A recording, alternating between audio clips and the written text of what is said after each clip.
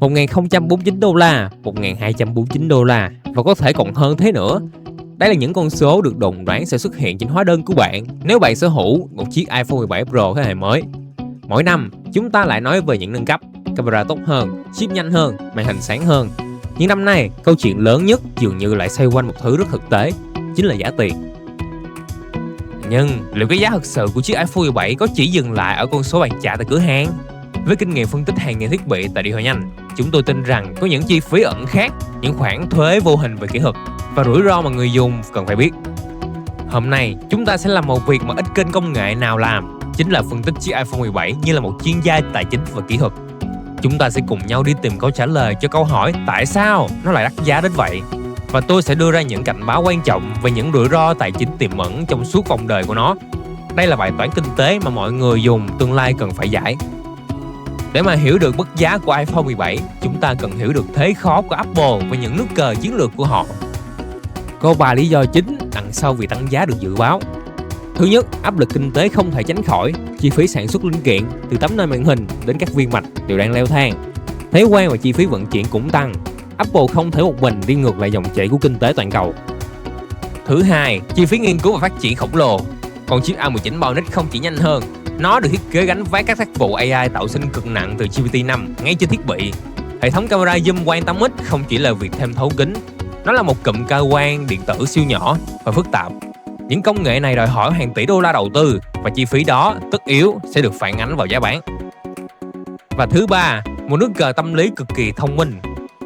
Tin đồn cho thấy iPhone 17 Pro sẽ lại bỏ phiên bản 128GB và bắt đầu từ 256GB. Hãy làm một phép toán nhỏ nhé. iPhone 16 Pro 256GB có giá là 1.099 USD. Nếu iPhone 17 Pro 256GB ra mắt với giá 1.049 USD thì Apple có thể tự hào rằng tuyên bố họ đã giảm giá cho cùng một mức dung lượng. Nhưng mà thực chất, họ đã lại bỏ lựa chọn rẻ nhất là 128GB với giá 999 USD. Bằng cách thay đổi cấu hình khởi điểm này, họ đã làm cho việc tăng giá trở nên dễ chịu hơn về mặt tâm lý. Đây là một chiến lược định giá bậc thầy. Khi một chiếc điện thoại có giá khởi điểm gần 40 triệu và có thể lên đến 50 cho tới 60 triệu thì nó không còn là một món đồ tiêu dùng thông thường. Nó đã trở thành một tài sản giá trị cao, tương đương với một chiếc xe tay ga hạng sang hay một món đồ trang sức đắt tiền. Và điều này thay đổi hoàn toàn cách chúng ta nên đối xử với nó, đặc biệt là khi nó gặp sự cố. Bạn sẽ không mang một chiếc đồng hồ Rolex đến với một tiệm sửa đồng hồ ven đường, phải không? Rủi ro của một quy trình sửa chữa cẩu thả trên một thiết bị đắt tiền là cực kỳ lớn, có thể khiến bạn mất trắng cả một gia tài nhỏ. Ngoài giá mua ban đầu, việc sở hữu những công nghệ mới nhất còn đi kèm với những khoản thuế vô hình đánh trực tiếp vào phần cứng của bạn. Loại thuế thứ nhất, thuế hiệu năng đánh vào pin.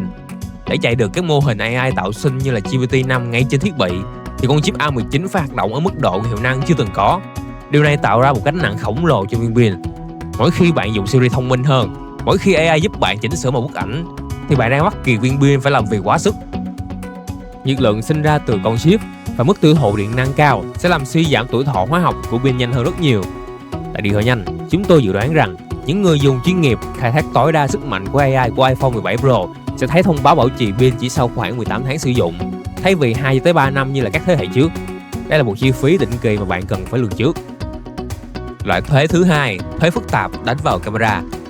Khả năng zoom quang học 8x là một bước nhảy vọt, nhưng nó được đánh đổi bằng một hệ thống cơ khí siêu nhỏ và tinh vi bên trong.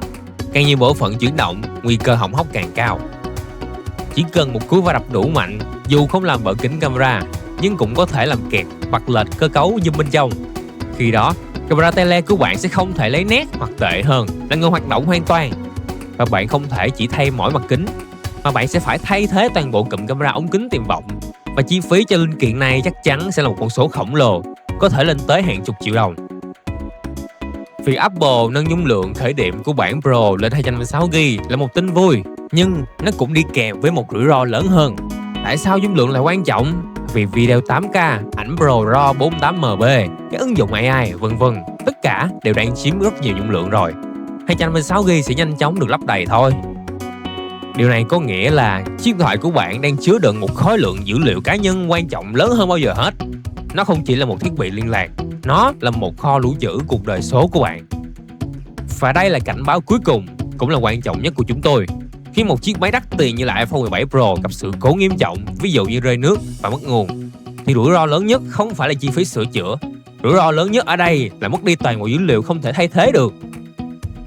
Một quy trình sửa chữa cẩu thả, một thao tác sai lầm của người thợ thiếu kinh nghiệm có thể dễ dàng làm hỏng bộ mạch chủ và khiến cho việc cứu dữ liệu trở nên bất khả thi. Chi phí để mua một chiếc điện thoại mới là rất lớn, nhưng nỗi đau mất đi hình ảnh của con bạn trong những năm đầu đời hay là các tài liệu công việc quan trọng là không thể đong đếm được. Đó là lý do tại sao trong những ca bệnh nặng, ưu tiên số 1 của điện thoại nhanh luôn luôn là bảo toàn và cứu sống dữ liệu cho khách hàng. Vậy cái giá thật sự của iPhone 17 là gì? Đó là cái giá mua ban đầu ngày càng cao. Đó là thuế hiệu năng thầm lặng bào mòn tuổi thọ pin của bạn mỗi ngày. Đó là rủi ro tài chính từ những linh kiện phức tạp và đắt đỏ. Và cũng đó là rủi ro mất mát dữ liệu không thể đo đong đếm. Trong bối cảnh mới này, việc lựa chọn một dịch vụ sửa chữa không còn đơn thuần là tìm nơi giá rẻ nhất. Đó là một quyết định kinh tế quan trọng. Một quy trình sửa chữa chuyên nghiệp, đáng tin cậy không phải là một khoản chi phí mà là một khoản đầu tư. Đầu tư ở đây để bảo vệ tài sản quý giá của bạn, để duy trì hiệu năng đỉnh cao và quan trọng nhất, để bảo vệ những gì không thể thay thế được. Hãy suy nghĩ như một nhà đầu tư thông thái và hãy chọn điện thoại nhanh nhé.